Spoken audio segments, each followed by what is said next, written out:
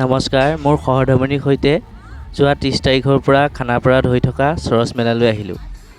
বাৰেৰহণীয়া জাতি জনগোষ্ঠীৰ সাজপাৰ, সাংস্কৃতিক অনুষ্ঠান, পৰম্পৰাগত খাদ্যৰ সোৱাদ ল'লোঁ।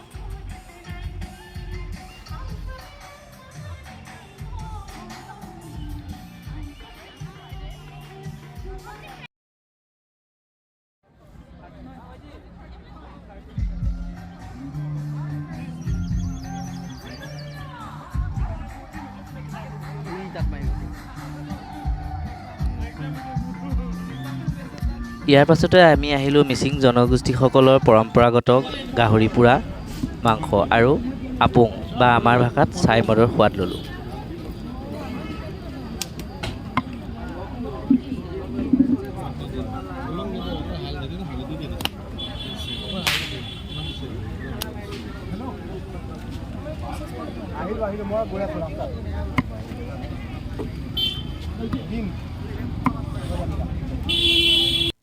বাইজনীয়ে নিমখ, জলকীয়া, ধনিয়া আৰু পিঁয়াজেৰে ধুনীয়াকৈ আপ্যায়ন কৰিছে।